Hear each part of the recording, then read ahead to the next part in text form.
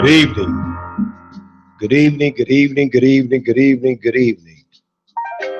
Good evening, good evening, good evening. Let me first thank Almighty God for another day of life on this planet called Earth.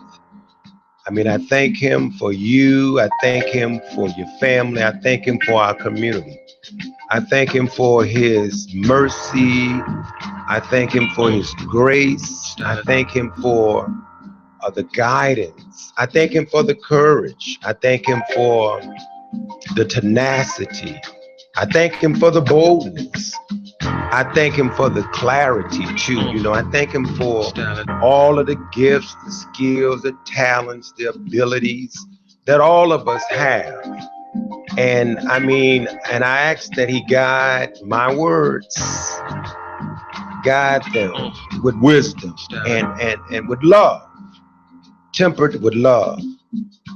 But I'm not going to sugarcoat. I'm not going to water down. I'm going to call a spade with love. Because at the end, this conversation, highly anticipated conversation, I want to thank you, Brother Earl, the producer, for accommodating this show when we moved it to the 7 o'clock hour. I know many people start getting sleepy at 9. I don't want you to be sleepy. I need you to be absolutely alert when I start talking to you about breaking the silence. Breaking the silence. And so you out there? And then I want some of you all that have questions about this and concerns or just comments. Want to hear what you have to say. But this breaking the silence piece is, the timing is right. After 16 years, I never, ever decided out of the 16 years that I did not work for the brother, have not spoke to the brother, and I just let it go. Why now? Why now? So it wasn't because of the meeting with Donald Trump, but that really it did something to me. And I'm gonna say in 1999, folks, I resigned from a job, a very good job that I had. And after meeting Brother Steve Harvey, he asked me to come work with him as his manager. And so I spoke with my family, my close friends, Mr. John West, Dr. John West. He took me in there to see Mr. Paul Vallis.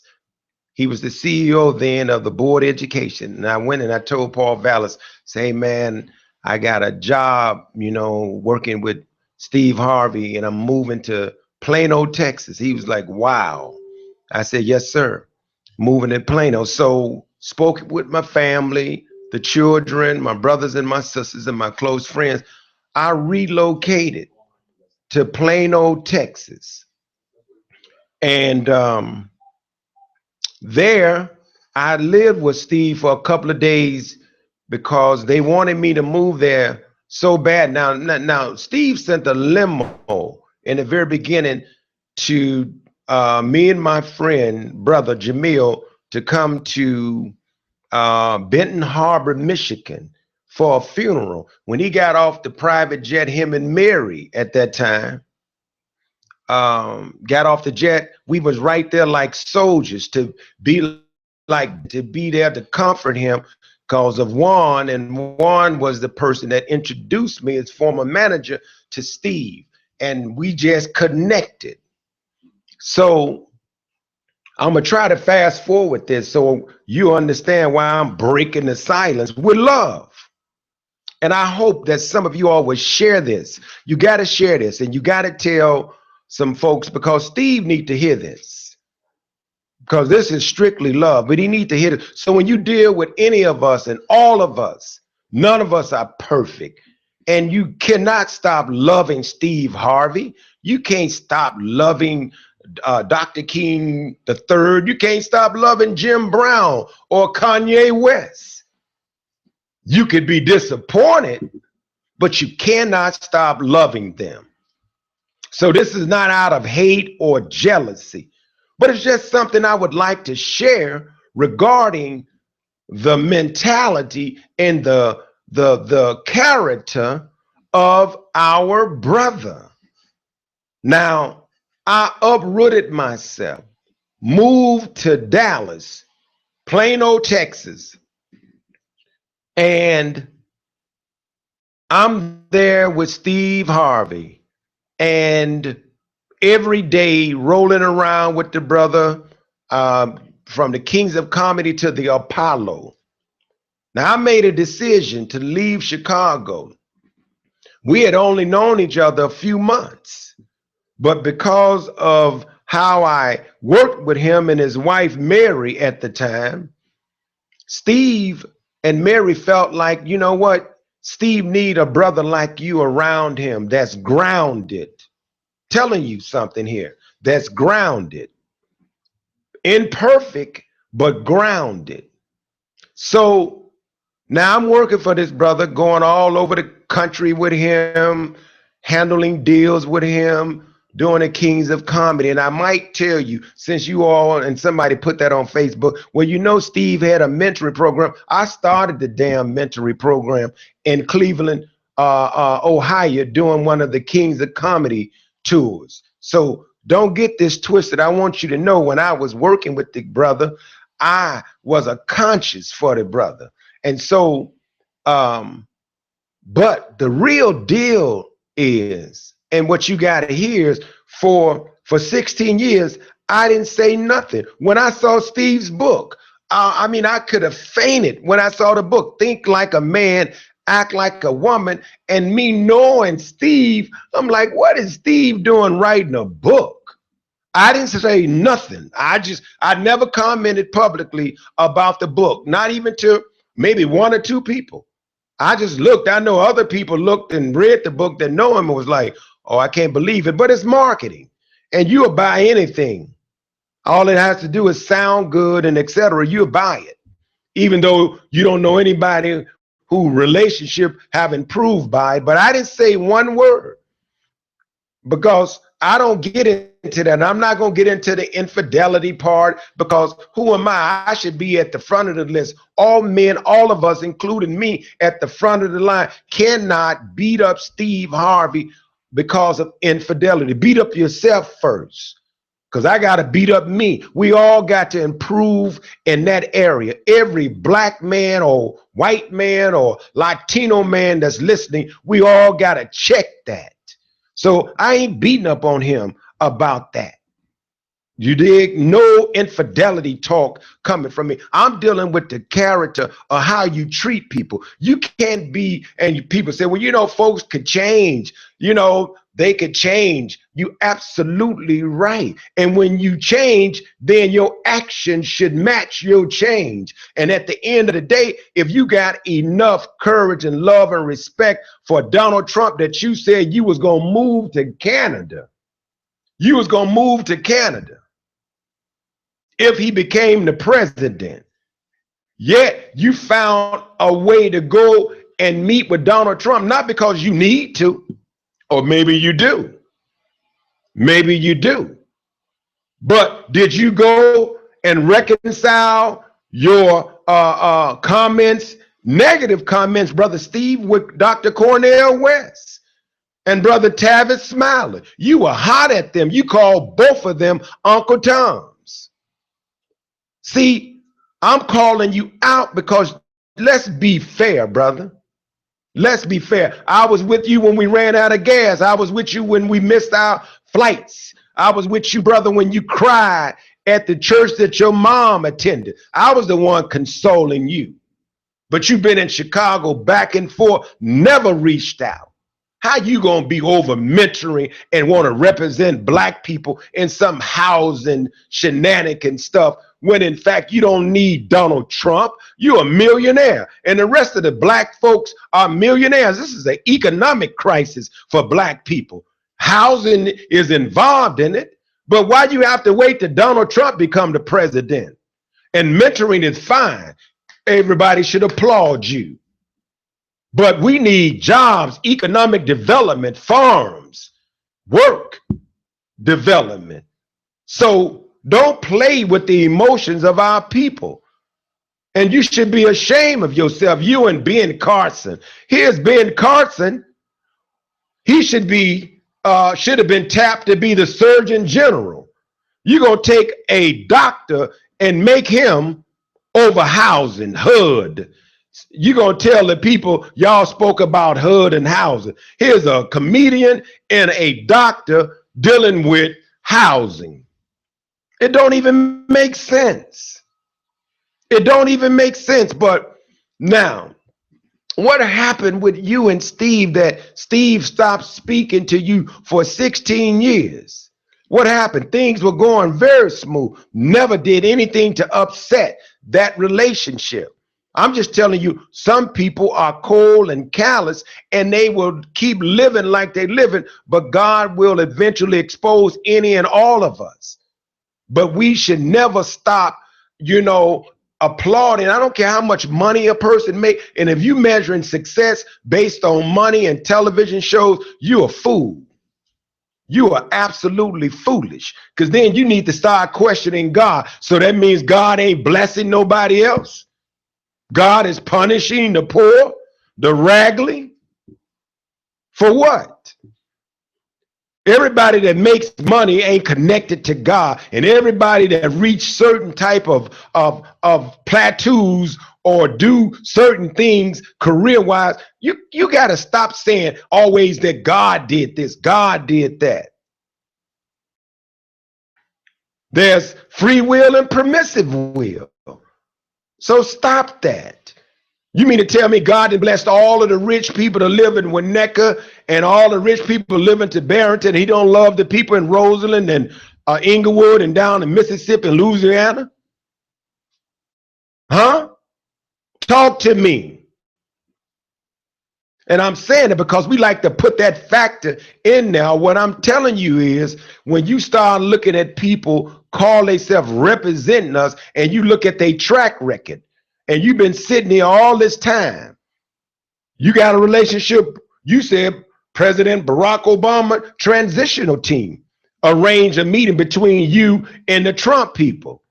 That's so disrespectful. We got a bunch of people in our community that do this every day and work in the inner cities. I hope you connect with us or them. You ain't got to connect with me, but connect with some of those who gonna do the work. But it's a shame that they got to connect with entertainers and celebrities versus people who have substance, scholarship, knowledge.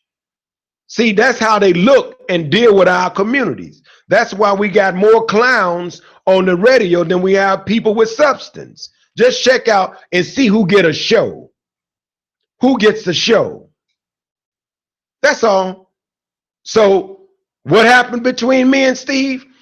The same thing that happens between a husband and a wife when it appears that the wife was doing everything that she should have done and the husband still mistreated her. And you go, wow, why? Sometimes it ain't for no reason. It's just because. And I'm telling you, this brother writes a book, and you still had baggage that was still unresolved, but you writing a book. That's why I'm telling you all, it's very important that you get this. You get this. Now, and I want to fast forward this because we're going to talk about Dr. King. I got Minister Banks coming in, but I know we got some calls, right? Now, okay. So what I want to say to you all tonight is, breaking this silence on this brother, is that Steve I believe he have a big heart. Some people say he have a big heart. I think he made a calculated mistake. I think that eventually, when I heard I heard his excuse or his reasons. He did a press conference at 9 o'clock, and he gave the analogy of, being in the position to be at the table. And if you at the table, if you ain't at the table, you don't have a say so in what's going to be cooked, or what you're going to eat, or if you're going to eat. But why you have to be at the table? You had a whole lot of tables, and I wonder why. You at the Family Feud table? You at your own talk show, TV show? You got a lot going on, brother. You really got time to come and work in the inner cities? Do you really know what the inner cities need? Do you really know? We don't need just a Mariano's or a Whole Foods. We don't need, just a handout. We need a hand up economically, financially, which you should have been doing all the time if you cared about the poor inner cities.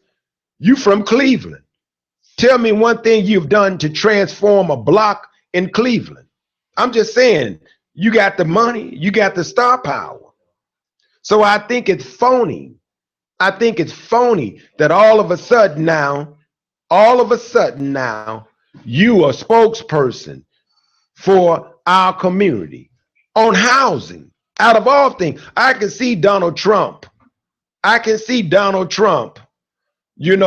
recruiting you to be over the entertainment. I'm not saying you're not intelligent. I heard the press conference. I live with you, walk with you, and function with you. And I think you're a very bright brother. But I think your arrogance and your ego is what's hurting you. And I'm telling you, mine's hurt me and yours hurt you. And anybody that's listening, we all got that issue. Some got bigger egos. But at the end of the day, there's nothing wrong with having a conversation. But I want to arrive at how do Steve Harvey humble himself, not just with me, but a bunch of people that you have hurt. And I've hurt people, and I've gone back and apologized and said, you know what? I was wrong. But how could you move forward with all the stuff you've left behind, and you think that's okay? And now you're a spokesperson? You're a spokesperson for our community on housing? Where you gonna put them at? Who you gonna move out? You gonna go and fix up all the abandoned buildings in Inglewood? You gonna give everybody over there some money to fix up their house? Let's be realistic. The Republican Party, all of a sudden, they're gonna work with Donald Trump, and you and black people now get whatever we need. See, you being unrealistic, brother. You don't need the Republican Party or the Democratic Party. All you need is to pool our resources, and you all, Oprah got the money, Magic got the money, Dr. Dre, you got the money, Puff Daddy, you got the money, Steve Harvey, Chris Rock, you got the money. You can do whatever you want with your money, but if you want to talk politics, then politics without economics and substance is symbol without substance. You got the substance, but don't want to use it. Not any of you all right now talk about farmland, but yet you want to go and meet with Donald Trump, and then he take a photo op with all you clowns right in the lobby. Come on, talk back to me. That's why D.L. Hughley went off, because he know you all are being phony. D.L. went ballistic. You might not agree with how he said it, but he said what he needed to say. We got a call on. Okay, let me talk to the caller. Hello, caller. How you doing? I'm doing fine, Brother Greg. This is Eric calling from Washington, D.C. Good to hear your voice this evening. Brother Eric from Washington, D.C. It's great to hear yours, Brother Eric. You got a comment, Brother Eric, or a question, however you want. Yes, sir. I have a comment. Basically, I'm just going to piggyback on what you said. As you stated, you cannot hate Brother Steve, but by the same token, what took me back and enticed me was just the arrogance and lack of humility that came with everything. And I think this dialogue started between you and I, because I stated the same thing. It is simply unrealistic to believe with all the irons in the fire that Steve Harvey has, that he can take a part-time job with Dr. Carson to address Chicago. And I always have an issue when Donald Trump use Chicago, because they're always picking on our hometown.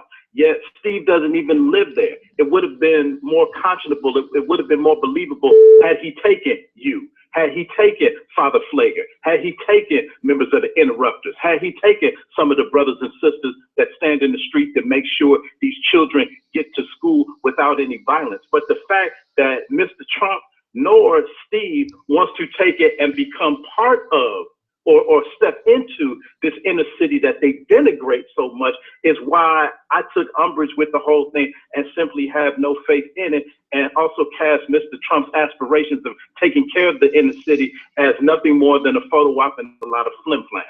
Yes, sir. And it's called divide and conquer. Divide and conquer. So all of them, why did they all go at the same time? Well, once again, that's another question. I'll go you one better. If you notice, there's not been a Latino celebrity or athlete that has been invited. There hasn't been an Asian or a Native American, a handicapped woman, member of the LGBT community. The reason why is because none of those people will accept the secondhand and outrageous treatment that only people can. And if you notice, when it comes to these athletes, I hate to use the terminology, but there has been. He won't deal with LeBron and Maverick Carter because they're about business. He goes and gets the celebrities, but he will not tap the black academicians, the black entrepreneurs, the black business people, the black activists that are in the community every day. That's why, as far as I'm concerned, there's no point in having a discussion with Donald Trump, because Donald Trump is not serious. Thank you, brother. That's great and right on point. Thank you, brother Eric. Love it. Good to hear from you. Love you too. Love it. Love you, brother. Yeah, and that's absolutely the truth. That's the truth. At the end of the day, he tapping entertainers. They don't have no respect for us. None. And we fall right into the trap. Divide and conquer. Divide and conquer. I'm telling you something. And you all are just so, you got to stop being so sensitive. I mean, you can express yourself and still love them. We got another call on. Okay. Hello, caller. How you doing? Assalamu alaikum, Marquis. Wa alaikum salam, my brother. Alhamdulillah. This is Brother Greg. This is Khalid, as you probably know, calling out of Chi-Town. I just wanted to give my support to not only the show, as I've been doing since you've been on the air, but I wanted to make a couple of statements just from my perspective, being an international entrepreneur, and you know, have my ear to the ground on some things and my reaction. First and foremost, about Brother Steve meeting with Donald the Tramp, as I call him, and others. Did you call him Donald the Tramp?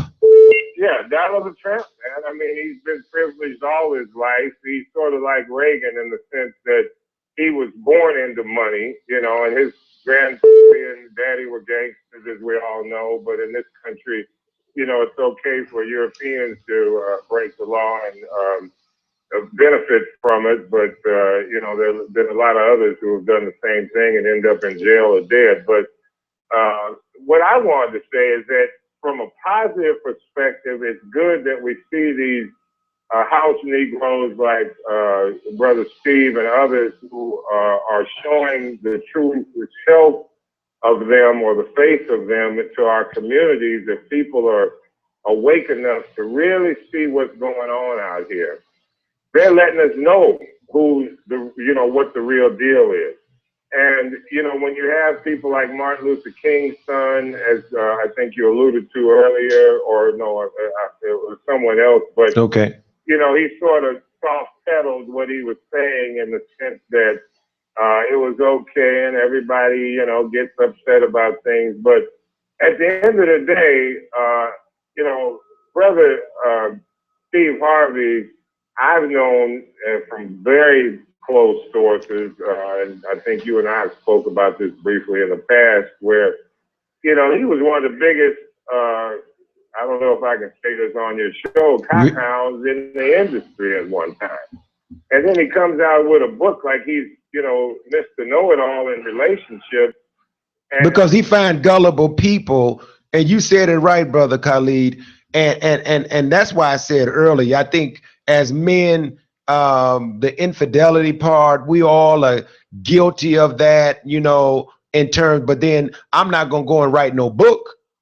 I mean, I'll go and read something and try to get it together, but I'm definitely not going to act as though I'm an expert on trying to tell folks what to do in their relationships. And if anybody have benefited from it, I want you to call in and tell me that after reading that, you know, you benefited from it. But brother Collie, you are always right on time with your wisdom. And I think sometimes we express ourselves the way we express ourselves, but it doesn't mean that you jealous or you hate the brother or you got an issue with him, because there are people who have issues with the former, now a few days president. They got issues with what we did or did not get, and etc. But we got to stop being so doggone sensitive and sometimes listen and learn. That's why we stuck where we are, because folks are afraid to express ourselves as though we are you know, a people that cannot think outside of the box. Exactly, my brother. So I love you, bro. Hey, right back at you. Let me just make one other point in reference to the collective power that our people have, and you alluded to like Magic and others. When that guy who used to own the Clippers out there was going to sell his team and was asking for $2 billion, within 24 hours you had Oprah and P. Diddy and Magic and all these multi-million and billionaires that were in the position to hustle up or put up that kind of capital to buy a damn basketball team. And at the end of the day, those same people who have hundreds of millions of dollars in wealth, if they only took, and as you know, you come here with nothing and you leave out of here with nothing, took only 10% of their net assets and pledged it into some type of secured fund to do something for our people collectively, half of the problems in the schools across this country would be taken care of. Oh, absolutely. But they are not in the position to do so. My nephew had a meeting with Magic about some serious business, and Magic just told him straight up, it's about the paper. You know, it's about the money.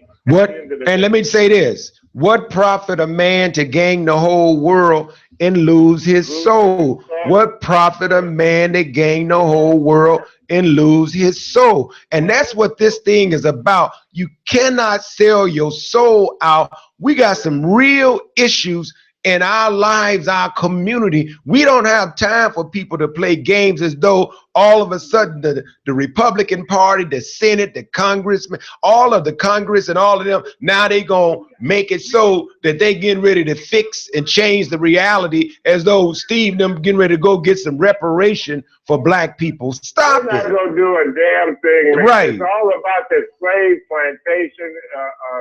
It's all about feeling like you're more important and that they can drag you in, because we know they're more serious-minded folks who really should be having a conversation, and that could be any of us. Folks that I'm seeing on Facebook right now, they're the ones who need to be. Got another call, brother. Okay, my brother. Love you, brother. I'll talk to you soon. Right okay. Back at you. Okay. But so at the end of the day, the bottom line is we got to let people stop playing games with us. Stop playing games. You know what? I got to tell you all this. So I think at the end of my relationship with Steve is what I really wanted to share. And that was, you know, I remember when Mary and Steve gave me this Mercedes-Benz as the car to ride around with, etc. I never drove it that much. They gave me this Benz. And I remember we went into this parking lot and I got out of the car with Steve, and Mary was driving the Benz. And when I got out the car, Mary Harvey, she said, "That's for you, X." She called me X. She said, "That's yours, X." I said, "Oh, that's nice. A very nice car." And then she said, "Steve, X not even excited. What's going on? He's not." I said, and I looked at Mary and Steve and I said, "It's just a car. What I supposed to do? Jump up? I'm thankful, but it's still a car. It gets you from point A to Z. Yeah, it probably have a good feeling, good ride, and people gonna look. I don't worship materials. They found that out. Now, there ain't no reason for me and him not to work together and for me to expose that, but I'll tell you this. And it was so interesting that when Steve Harvey decided that Brother X, after I leave my job, good job, I'm all the way in Texas. This brother didn't talk to me for 3 weeks. And when he did, he asked me, him and Boomerang, his bodyguard, they met me at a park. They met me at a park. I no lie, Steve had on a little tam, and so they met me at a park, and Steve said, Boom. He said, whispered something in Boom's ear. Boom came over and said, yeah, man, your ex dog want the keys, man, to the Benz, man. I said, really? I said, okay. I didn't make no fuss, because now I'm kicking in the God in me, like, oh boy, something going on. Because I had just spoke with Steve and he said everything was going great. Because I asked Steve, I always wanted him to critique me on the road with him, making things happen, etc. Everything was fine. So I gave him the keys to the car. Well, we drove over to the Mercedes place, and I drove the Mercedes, gave them the keys. Boomerang offered me a ride. It was like 110 degrees that day, brother, in Dallas. I should have took the ride. But I walked. I walked almost 2 miles. I walked 2 miles. Now, mind you, I'm just telling you how people are that you call yourself a fan of and love. I walked 2 damn miles. But again, I should have took the ride, huh? I couldn't. And when I got close to the building right on Preston Road, Stonegate Apartments, I broke down because I was like, oh Lord, what am I going to do? I did cry. I did cry. But it felt good. You know, it felt good to cry. Nothing wrong with crying, brothers, because immediately when I started crying, I could feel the power of God. Like, I got your back. You're going to have to deal with this. So immediately I tried to call folks. I really wouldn't share with my mom them. I didn't tell them nothing. I didn't tell them nothing that was going on. I swear to God, I didn't tell my mother them nothing. I was embarrassed too. But I was more hurt, you know, because it was a better way that you could have done that. That's what I'm saying. Yeah, people could change, but after you look back and reflect on how you treated a person, and not that I need a check or anything, because God got my back. Look at me. Do I look like I need a check?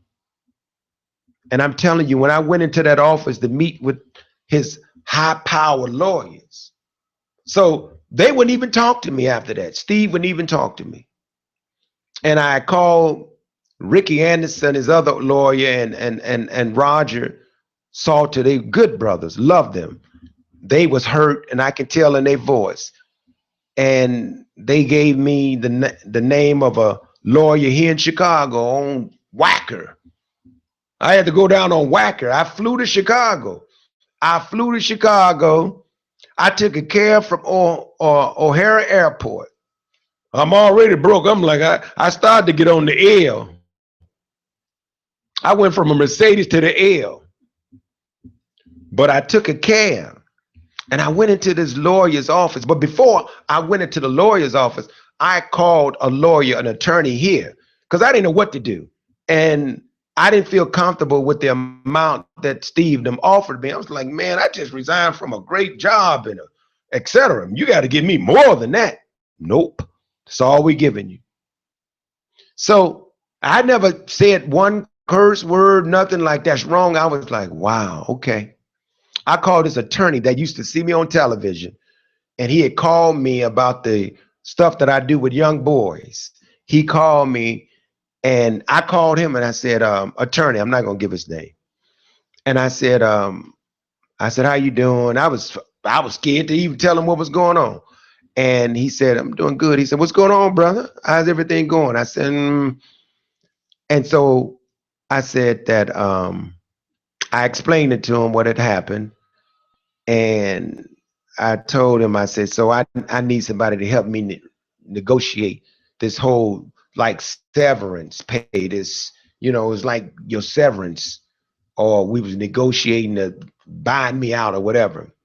So I didn't have nothing, but the brother didn't know. He told me, he said, on one condition, God is my witness. He said, I will represent you and handle this. I told him the whole thing about stuff that I can't share over the air. But I told him what I needed to tell him, and he said only one condition.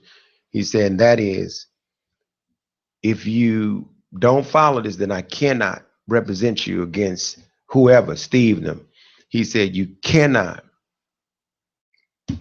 ask me for a dime. He said, you cannot give me a dime. If you offer any money, that's what he told me. If you offer any money to me, I won't take this case. I swear to God.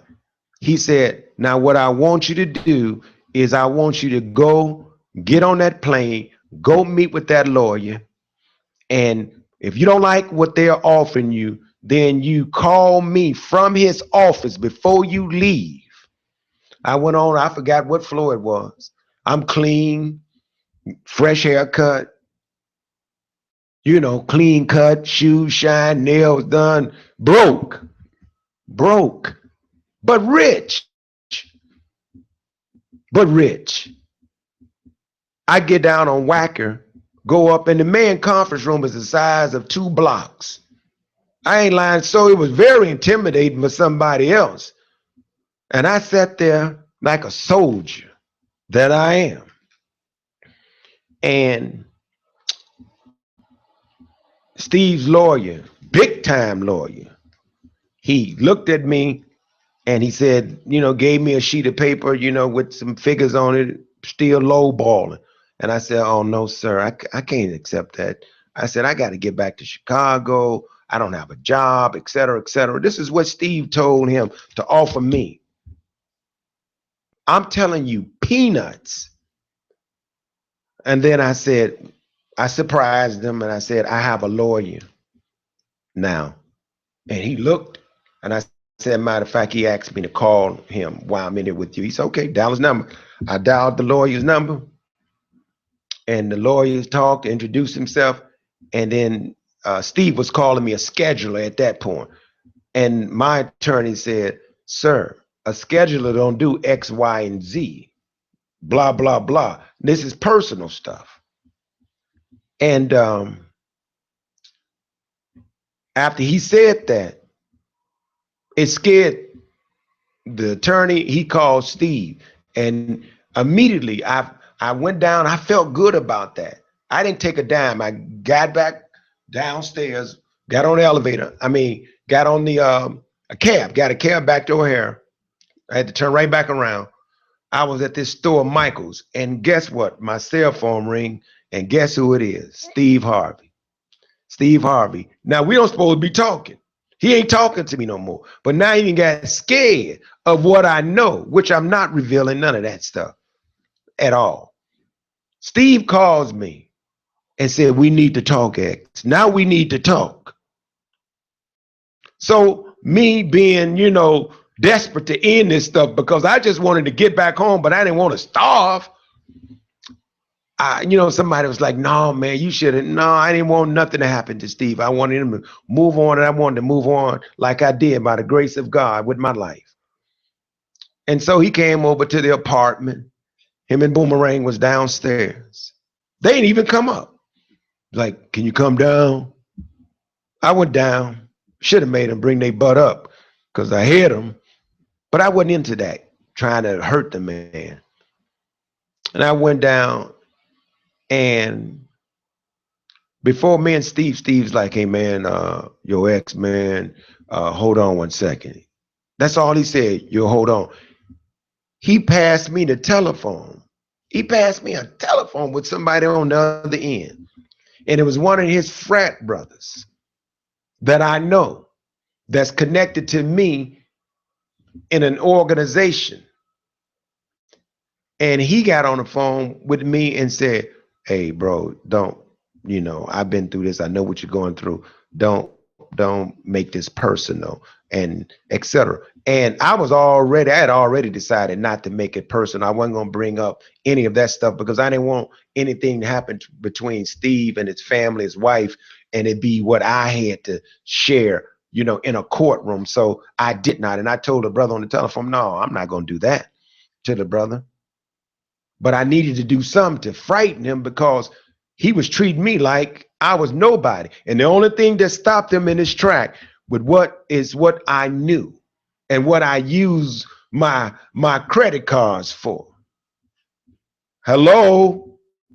But I never, ever, in 16 years, never mentioned it. And I did not do it because it ain't about bringing nobody down. But it's really about sometimes humbling yourself, realizing, man, that you just can't walk over people and then all of a sudden you love young boys. I do more damn work with mentoring and young boys than any of you all put together. And that's only by the grace of God.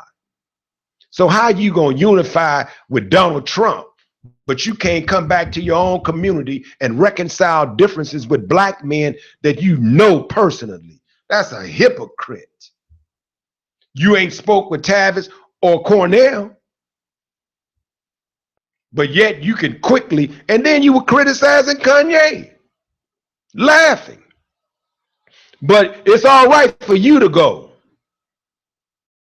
It's all right for you to go. And you sounded real bad in your analogy this morning. But I'm still here by the grace of God. I just wanted people to know that we are in trouble if we rely on these individuals to be our spokesperson to bail us out of whatever kind of problem we got.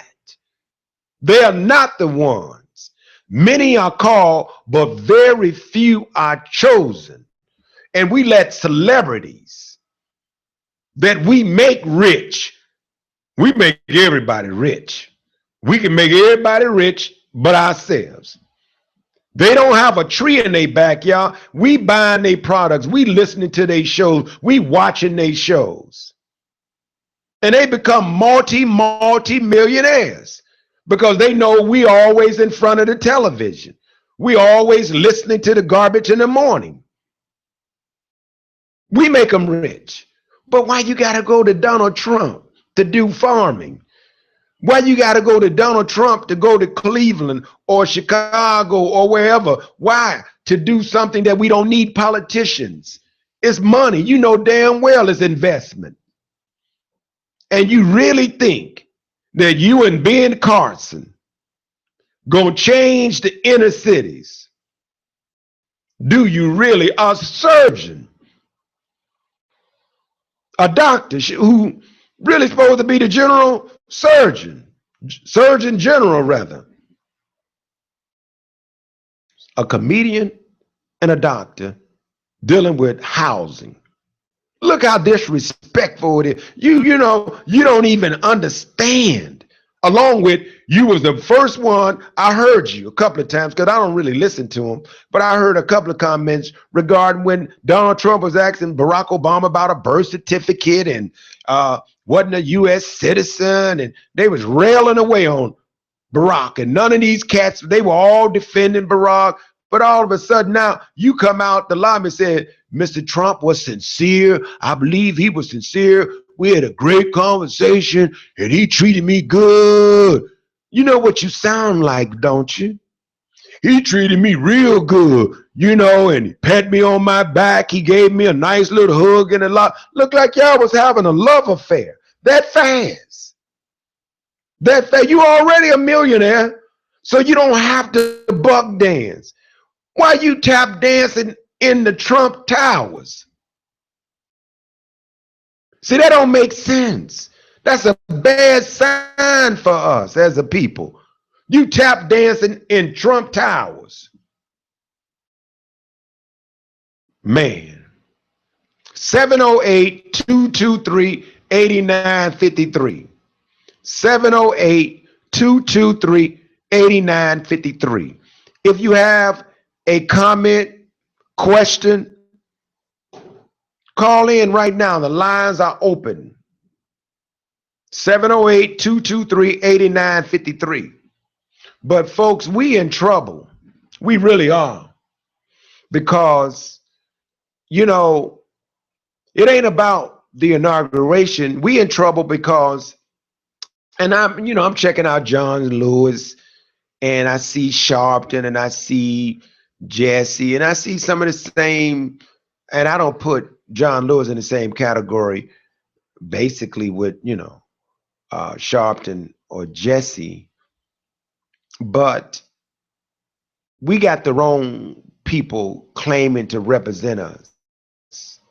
We really do. When we have divine voices out here that we ignore listening to. And one of them, and many of you all are afraid of him because you don't want to do the work and you're afraid that somebody's going to disconnect from you or distance himself. And that's the Honorable Brother Minister Louis Farrakhan, that many of you all don't want to, acknowledge and respect and join into a program. It ain't about a Muslim versus a Christian. It's about a program that would make a difference for poor people.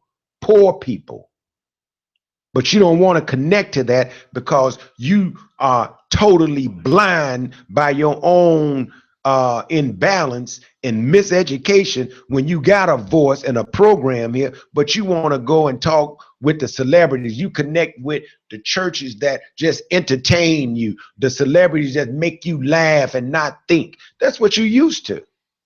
That's all you used to. You got a caller. Hello, caller. Hello, caller. How you doing? I'm well. How you doing? I'm good. Same fight, different round. Exactly. Hey, Greg, this is Jerome Mitchell. How you doing? Jerome Mitchell. We call him by the way of Pee Wee. Don't nobody know you by Jerome Mitchell. Steve probably don't know me by Gregory Sane. All he know is X, Brother X. But hey, I'm gonna call you Mr. Sane. You my brother from another mother. I know that's right. What's up with you, Pee Wee? Jerome Mitchell. I had some. I just wanted to share a couple of things. When I heard that Steve Harvey had met with. Okay, thank you, mommy. Help my little girl with her homework. But I heard that Steve Harvey had Donald Trump, but I didn't know the particulars. You know what I'm saying? So I listened to it on my way to work. Well, that he was going to be announcing something at 8:00.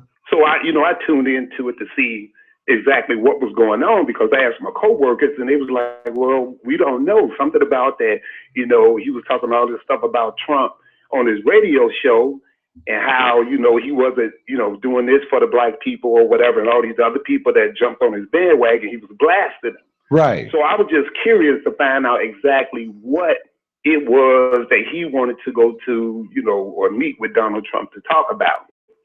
So one, he did mention that, if he's not, like you say, at the table, right, then how could he bring up the issues that's going on in their city to Donald Trump to be addressed? So that was his rationale, reason for, wanting to be at the table so he could enlighten him exactly what was going on. Right. I kind of get that. Yeah. I kind of get that. I get what you were saying too, how, you blasted him, or he was blasting Kanye West about going there. You know what I'm saying? So what exactly he had to meet with Kanye for? Why don't he meet with someone that has,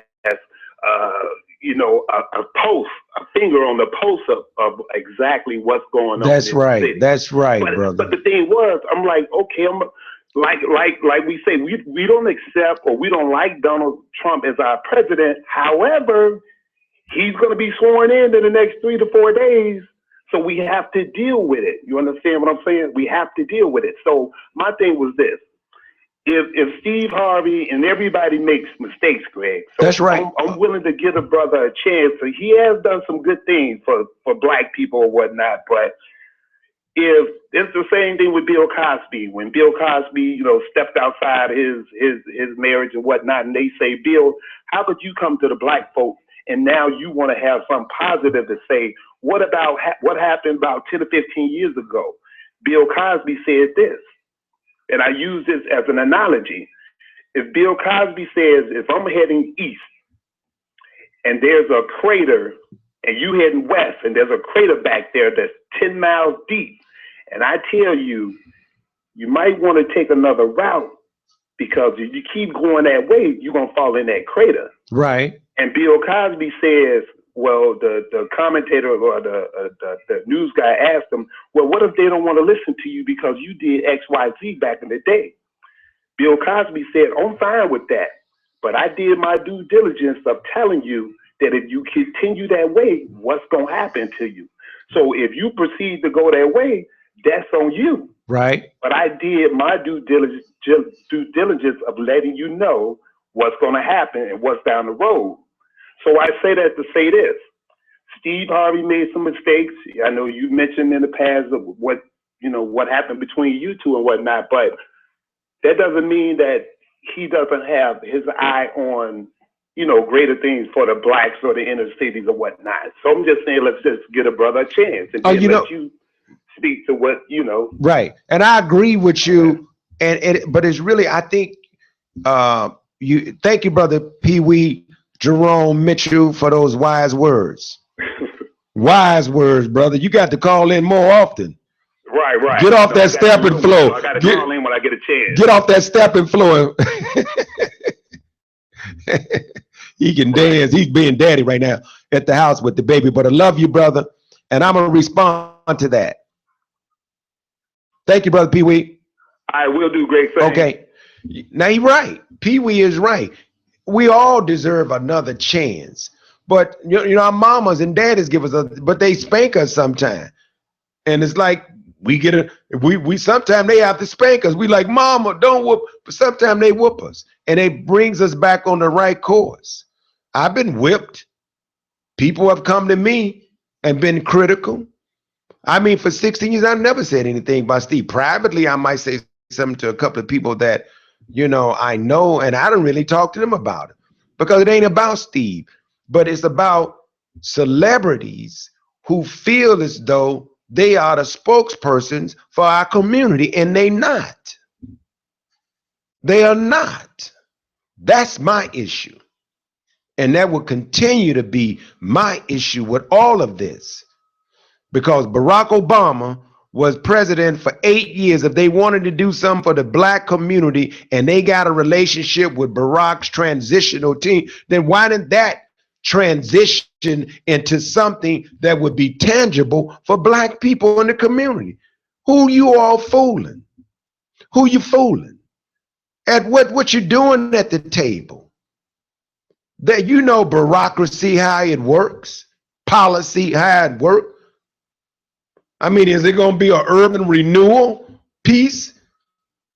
You trust Dr. Carson will do something for Roseland and Inglewood, do you? That means, and I want to say this, a broken clock is right twice a day. What my mom and grandmama them used to say. But you got to be out your mind if you think we should be letting anybody, or they can do whatever they want to do. But if we are comfortable with those kind of clowns at the table. Got another call on. Hello, caller. How you doing? I'm well, sir. This is Gina Lamar Evans. How are you? Oh, my God. Let's mingle on a Monday with Gina Lamar, the one and only. My apologies. I didn't get to hear everything. I do have a question, a closeout question for you as you wrap this up. If given the opportunity, would you be willing to do a face-to-face with them? Oh, absolutely.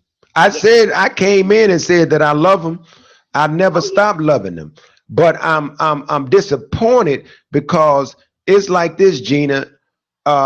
me and you could fall out or have some disagreement.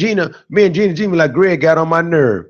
And the first thing you do, call me and say, hey boy, meet me at so-and-so, right? Yep. We got to do this thing.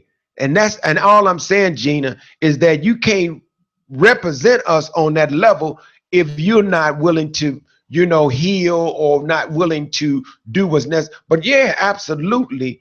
I have no problems. As long, and me would have to be pulling people like you and others in that really do the work, not just people who have star power, because they cannot keep treating us like this. And they look over to people who really understand, like your sister, who knows what's going on in education and activism, but yet they'll get somebody that is just going to go along to get along. And we've had too much of that, and our community suffers. Yeah. It's too much at stake right now for our community, for us not to unify and to be one voice. Everybody going in separately, which means they're going in for what? Themselves. You got it. Thank you so much for being so compassionately honest. Thank you, Gina. Love you. Love you. Good night, guys. All right. And we got a few more minutes. I need to buy some time. We got a few more minutes. Just a couple of more minutes. Any more callers? And I want to say this. I'm going to take one more call, and then I'm going to end it. Hello, caller. How you doing? I'm fine. How are you? I'm good, thank you. Who am I speaking with? This is Devonna Hazelwood. Devonna Hazelwood. All of the steppers and party people are watching. That's my beloved Devonna, Nikki, the great educator, motivator, inspirator. The love the children. What's up, Nikki? Devonna. Hey, just wanted to call in. I heard Pee Wee have his say and a bunch of other callers to call in.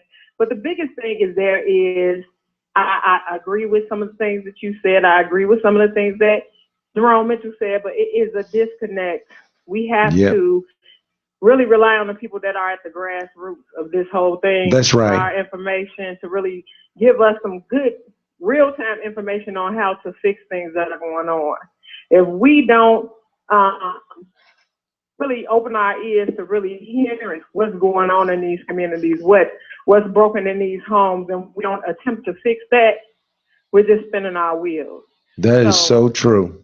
I work with kids every day. I'm passionate about my work, but there is only so much that I can do to elevate these kids moving and push them into the heights that I expect them to meet. But I think overall, it's a community that has to happen, and all sides have to be willing to listen. There's no greater person or no lesser person. We all have to come together collectively in order to, really address this issue. As far as Steve, I know that he has reached some high heights, but I think that he needs to be receptive to what's really going on in the streets. I love it. Thank you, cuz. Thank you, cuz. That is great words of wisdom. I just wanted to chime in. I love you. I love you more. Keep grinding. You dig? So we're going to wrap this up. I want to wrap this up with these words. Look, and none of us are above criticism. Not one of us. We are all imperfect. Steve have done some great things, and you cannot deny that. And if you do, then you're not being true to what's really going on. But we have a right to see some stuff that don't look good. For optics is fine for them, but we need some real solutions for our community. And there's no way under the sun that we should be relying on comedians or football players or rappers to solve the real deep issues in our community. And there's nothing wrong with they can meet whoever they want to meet with, but don't go on behalf of our community when you have not done that collectively. Steve and Kanye and others, because if you really were sincere, you don't have to go to Trump to fix what's wrong. You got grassroots people grinding every day that you need to come and holler at and talk to that really believe in this work. And if you want to attach yourself to that, then do it. But don't go and play games with Donald Trump, because that's not real. You hear me? That's not real. I love you. I hope you all send this. Share this conversation with somebody, please. Share this. I'll be on tomorrow on CAN Television at 7:30 CAN Television hotline 21 tomorrow at 7:30. If you didn't get in today, tomorrow 7:30 part 2 tomorrow. Thank you, Brother Earl, and thank you all for watching Facebook Live and over the internet and YouTube. Peace and love.